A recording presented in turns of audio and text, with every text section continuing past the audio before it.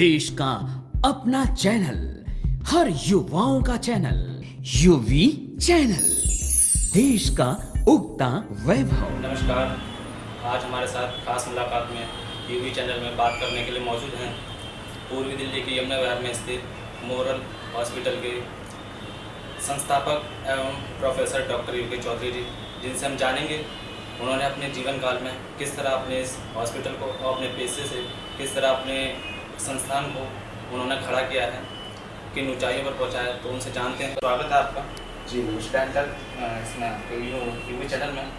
Sir जी। हमें दर्शकों को बताएं किस तरह आपने अपने जीवन काल में शुरुआत की। आप साथ में प्रोफेसर भी हैं जी और टीच भी करते हैं, तो उसके विषय में थोड़ा हमें बताएं। जी मैं वर्ष 1989 में अपने इस मेडिकल फील्ड में सेलेक्ट हुआ। तब CPMT combined pre medical test Uttar Pradesh के लिए थी, उसके थ्रू सेलेक्ट हुआ। और इसके सेलेक्ट होने में अगर मैं कहूँ तो संपूर्ण योगदान मेरे माता पिता और मेरे अध्यापकों का रहा, जिन्होंने मुझ पर एक्स्ट्रा ऑर्डिनरी ध्यान दिया। मैं थोड़ा शायद शरारती रहता बचपन में, जैसा मुझे बताया जाता है, तो शरारती व्यक्ति के लिए पढ़ना और भी मुश्किल होता है अगर उस पर कमांड अच्छी ना हो। तो मैं समझता हूँ मेरे पिताजी भी भारत सरकार के दिल्ली में अध्यापक रहे और बहुत स्ट्रिक्ट अध्यापकों में उनका नाम है, तो उनकी ये स्ट्रिक्टनेस मेरे लिए तो एक अमृत के समान रही। सेलेक्ट होने के बाद 5 वर्ष के बाद BDS कंप्लीट किया, उसके बाद एक MDS हमारे यहाँ पोस्ट ग्रेजुएशन होती है वो कंप्लीट किया, और उसके बाद फिर जैसे ही पोस्ट ग्रेजुएशन कंप्लीट अलीगढ़ मुस्लिम यूनिवर्सिटी में मैं एज असिस्टेंट प्रोफेसर सेलेक्ट हो गया। असिस्टेंट प्रोफेसर सेलेक्ट होने के बाद 3 वर्ष तक मैंने वहाँ पर अध्यापन का कार्य किया।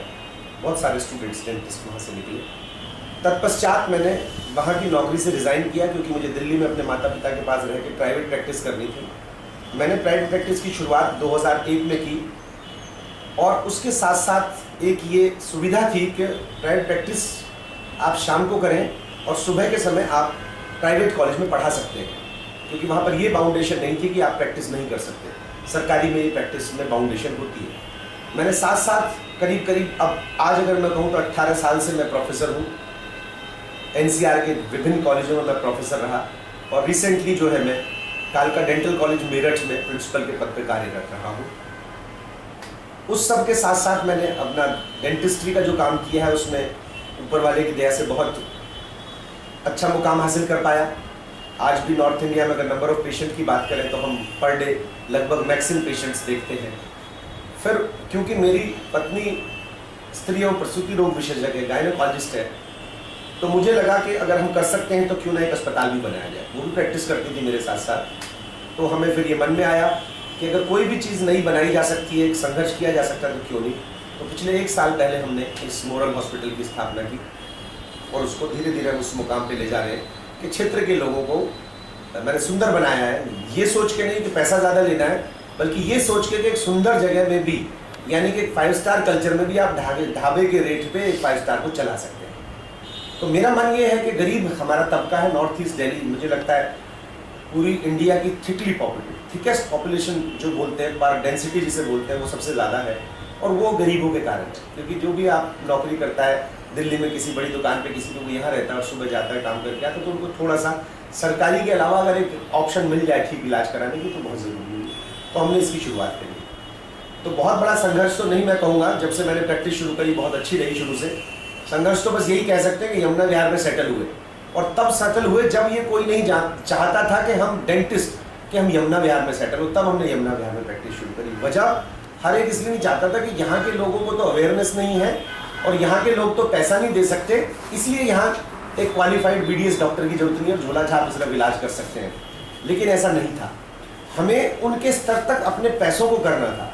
यानी कि अगर रूट कैनाल ट्रीटमेंट 2000 रुपये की सारी दिल्ली में उस वक्त होती, तो आप 500 रुपये में करेंगे तो यहाँ का आदमी भी इलाज कराएगा, और उस आदमी की पकड़ में वो इलाज होता था। और उसका ये अंजाम रहा कि आज नंबर ऑफ पेशेंट वाइज हम सबसे ज़्यादा हैं। कॉस्ट बेशक हमारी सबसे कम हो सकती है दिल्ली में, या और भी कम हो सकती है, लेकिन वो लोग इलाज ले पा रहे हैं। तो संघर्ष यही कह सकते हो कि जो प्लेस ऑफ सिलेक्शन था वो उसे संघर्ष नहीं मानता हूँ, तो मैं अपने को उसको भाग्य मानता हूँ कि मैं गरीबों की सेवा कर पा रहा हूँ। वो एक चीज़ थी जो मुझे यहाँ पे सिलेक्ट होने में लगी। बाकी बहुत ऐसा संघर्ष नहीं करना पड़ा। सामाजिक हैं आप, तो आपको संघर्ष करने की जरूरत नहीं पड़ती, समाज में आपको लोग जानते हैं और आप अच्छा इलाज करते हैं और उनको कंसीडर करते हैं, तो कभी भी आपको कोई नंबर ऑफ पेशेंट्स की प्रॉब्लम नहीं आती। सर एक बहुत बड़ी बात है कि आप डेंटिस्ट होने के साथ एक समाज सेवी बने, तो एक सवाल आपके उसी दौर का कि आपने डेंटिस्ट का जो पेशा आपने अपनाया, वो फादर आपके टीचर थे, तो ये आपके मन में आया या कैसे आपको प्रेरणा मिली कि आपको डेंटिस्ट के क्षेत्र में? जी नहीं, जैसे हर माँ बाप की इच्छा डॉक्टर, इंजीनियर, पायलट ये सब बनाने की हो, तो ऐसे ही माँ बाप की भी रही होगी। लेकिन क्या था कि इत्तेफाक से बड़े ब्रदर सिविल इंजीनियर हो गए, और सिविल इंजीनियर हुए तो स्कोप थोड़ा सा उस वक्त डाउन था। तो मेरा मैथमेटिक्स बहुत अच्छा था, बायोलॉजी इतनी अच्छी नहीं थी कि मैं डॉक्टर भी होता। तो फादर ने कहा नहीं भाई आप मेहनत करो बायोलॉजी में और हमें इंजीनियर नहीं बनाना है, बस दैट वाज द विजन। और उसके बाद डेंटिस्ट्री में सेलेक्ट हुआ, डेंटिस्ट्री से मेडिकल में भी नंबर आ गया, यानी कि एमबीबीएस में भी नंबर आ गया वेटिंग से। लेकिन फिर हमारे जो आसपास के एमबीबीएस डॉक्टर उन्होंने कहा कि डेंटिस्ट्री का बहुत अच्छा फील्ड है, इस वक्त बहुत अच्छी राइज कर रही है, आप डेंटिस्ट बनाइए इनको। तो फादर ने कहा ठीक है, डेंटिस्ट बनाया, और डेंटिस्ट्री में ईश्वर की दया से मुझे लगता है शायद मेडिकल से भी बेहतर कर पाएगा। आज आपने काफ़ी अच्छे मुकाम हासिल कर चुके हैं। जिस तरह से आप समाज सेवा की बात करें, तो सर कुछ बताएंगे कोई संस्था भी आपके साथ जुड़ी हुई है या आप संस्थाओं से जुड़े हुए हैं, जिस तरह आप मदद करते हैं लोगों? जी सैकड़ों संस्थाएं हमारे साथ हैं और सैकड़ों संस्थाओं के साथ काम किया, क्योंकि ना करने की तो आदत ही नहीं। अगर अच्छा काम संस्था कर रही है तो ऑलवेज रेडी रहते हैं। हालांकि उसके लिए कभी कभी सेक्रीफाइस तो करना पड़ता है, समय का सेक्रीफाइस है, कभी कभी पेशेंट्स भी वेट करते हैं, कभी कभी संस्था में जिस काम के लिए आप वहाँ भी आप लेट पहुँच रहे हैं, तो कॉम्प्रोमाइज़ करना पड़ता है सब चीज़ों के साथ। लेकिन बहुत सारी संस्थाओं के साथ, न केवल एक धर्म की, ना केवल एक जाति की, ना एक देश की, ना एक विशेष व्यक्ति की, बल्कि किसी भी काम के लिए जो संस्था रही उसके साथ जुड़े रहे। और ये नेचर शायद मुझे लगता है ईश्वर देता है कि इंट्रोवर्ट है आप, एक्सट्रोवर्ट है। बहुत सारे डॉक्टर्स हैं जिन्हें कोई दुनिया में जानता नहीं और वो ऐसे ऐसे पैसे कमाते हैं। कोई डॉक्टर्स बहुत बड़े डॉक्टर्स नहीं है, लेकिन उनको सभी लोग जानते हैं। तो एक नेचर थी कि भाई सब लोगों के साथ मिलकर काम करना, चाहे स्वास्थ्य के फील्ड में हो, चाहे शिक्षा के फील्ड में हो, चाहे धर्म के फील्ड में हो, चाहे जाति के फील्ड में हो, तो वो किया। सर जैसे आप अभी मोदी जी ने कहा था कुछ समय पहले कि डॉक्टरों को आगे आना चाहिए इलाज के लिए, तो वो वाली बताएं कि कुछ हमें पता चला कि आपने भी स्टार्ट किया सबसे पहले इस क्षेत्र में एनसीआर के अंदर, तो उसके बारे में कुछ जानता हो? जी बहुत अच्छा सवाल ये आपने पूछा। मोदी जी एक ऐसे व्यक्ति हैं जैसा मैं उनको देखता हूँ पर्दे पे, कि जो मन की बात उनकी है। देखिए प्राइम मिनिस्टर है, वो किससे चाहे ना बात करें, वो देश के राजा हैं, राजा को किसी से बात करने की जरूरत नहीं पड़ती है। लेकिन उनके अंदर एक भावना थी कि जो मेरे मन में चीज़ आती है, जो मेरे मन में बात है, मैं वो लोगों के साथ शेयर करूँ। चाहे स्वच्छता अभियान रहा हो, चाहे स्त्रियों के गाँव में घरों में टॉयलेट्स की बात हो, विद्यालयों में टॉयलेट्स की बात, कितनी छोटी छोटी बातें थी, हम लोग भी रोज़ देखते हैं। रोज़ टीचर तो स्कूल के रोज़ ही देख रहे हैं कि बच्चे को परेशानी होती है बिना शौचालयों के।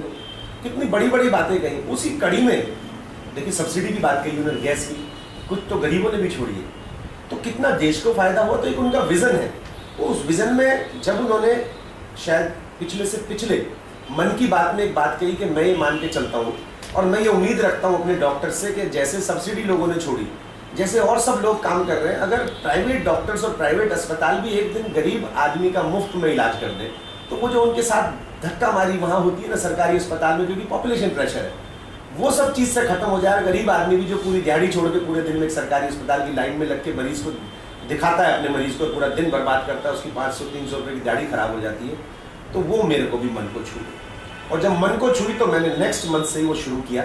हमारे क्षेत्र के जो सांसद जी, मैंने उनसे एक बात रखी और उन्होंने एक ही सेकंड में उसको कहा, डॉक्टर साहब इट इज़ वंडरफुल। तो मनोज तिवारी जी के सानिध्य में और सबने अपने जो भी अपनी पार्टी थी भारतीय जनता पार्टी, उसके एक एक व्यक्ति ने उसमें सपोर्ट किया, उन्होंने एक काम ये किया और पिछले महीने से इसकी शुरुआत करी। और इस बार तो हमने उसके साथ साथ ब्लड डोनेशन कैंप भी रखा। गरीब मरीज को ब्लड नहीं मिल पाता, पैसे वाला तो पैसे देगा और खून मिल जाएगा उसको कहीं से भी।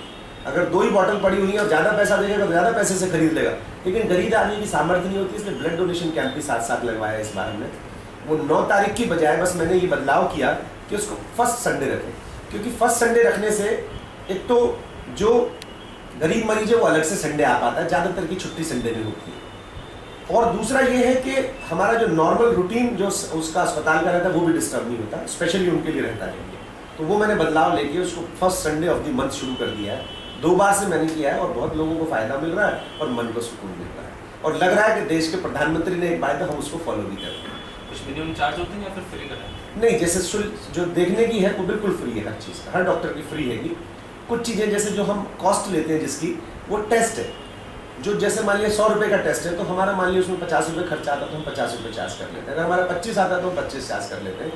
तो ज़्यादातर चीज़ों में हम जो हमको कॉस्ट आती है गरीब मरीज को भर दें, क्योंकि लगभग सरकारी में भी उसको वही कॉस्ट पड़ जाता है। सवाल मेरा है डॉक्टर से, आप दंत चिकित्सक हैं और आप देखते हैं हम समाज में दांतों की प्रॉब्लम को लेके जनता में काफ़ी नेगेटिविटी आ गई और काफ़ी दिक्कत आ रही हैं जी। सबसे ज़्यादा आज देखा जा रहा है, तो उसमें आप जनता को क्या संदेश देना चाहेंगे? अपनी तरफ से संदेश दें हमारे दर्शकों। जी बिल्कुल, मेरा संदेश यही है, देखिए जैसा कि क्रांति बाबा रामदेव जी ने योगा से ला दी है, जैसे बहुत सारी क्रांति देश में डिफरेंट लोगों ने लेके आए हैं। दांत के क्षेत्र में अगर क्रांति की और स्वास्थ्य की बात करें तो सिंपल एक बात है, अपना खान पान अच्छा रखें। खान पान का मतलब है जितना भी ये जंक फूड है, स्टिकी फूड है जो दांतों में चिपकता है, उसको कम से कम खाएं। ज़्यादा फाइबरस फूड खाएं, जो हमारा पुराना साग जिसे कहते हैं सलाद, और ये सब चीज़ें हैं। रोटी में भी मैदे की नहीं, जो पुरानी रोटी चलती थी जिसमें गुड़ भी होता था साथ में, इस प्रकार की तो खान पान को रखें तो दांतों से चिपकेगा कम और उसमें कीड़ा लगने की और पाइलिया की प्रॉब्लम ज़्यादा आएगी।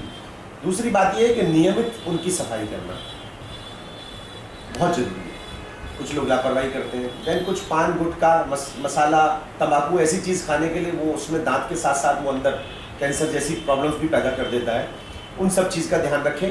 तीसरी बात यह है कि अगर आपको समय मिले, सरकारी या प्राइवेट कहीं भी है, आप नियमित रूप से 1-2 साल में अपने दांत की जांच कराएं, ताकि छोटी प्रॉब्लम भी पकड़ में आ जाए और जिस पे आप 10 रुपये खर्च करके उसको ठीक कर सकते हैं, उस पर 1000 रुपये ना खर्च करना पड़े।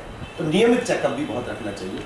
तो मैं सभी से रिक्वेस्ट भी करता हूँ कि डेंटिस्ट या कुछ भी है मुफ्त चेकअप भी लगाएं सोसाइटी में, तो ये सब होगा IWS और उसमें, तो हम सब मिलकर ये सब कर सकेंगे। मेरा यही संदेश है कि अपने दांतों की रक्षा करें। कि देखिए, क्योंकि खाना अगर ठीक रहेगा तो पाचन आपका ठीक होगा, आप ठीक से उसको ले जाएंगे, और पाचन अगर ठीक है तो सभी कहते हैं कि पूरा स्वस्थ शरीर भी उसी पाचन से होता है।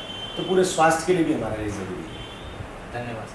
Thank you so much. धन्यवाद। ये थे हमारे साथ प्रोफेसर योगी चौधरी जी, जिन्होंने बताया समाज में उन्होंने किस तरह अपनी ऊंचाइयां छुई और उसके बाद किस तरह समाज में वह एक आदर्श के रूप में जाने लगे हैं। उनका जिस तरह से बताना है आप एक संदेश के नाते कि जिस खान पान अच्छा रहेगा तो दांत अच्छे रहेंगे, दांत अच्छे रहेंगे तो स्वास्थ्य सही रहेगा, और जब स्वास्थ्य सही रहेगा प्रत्येक मानव का, तो वो राष्ट्र के लिए एक उदाहरण बन सकेगा, एक स्तंभ बन सकेगा। तो इसी के लिए अपने स्वास्थ्य का ध्यान रखें। कैमरामैन तपस दास के साथ मुकेश गुप्ता, UV चैनल।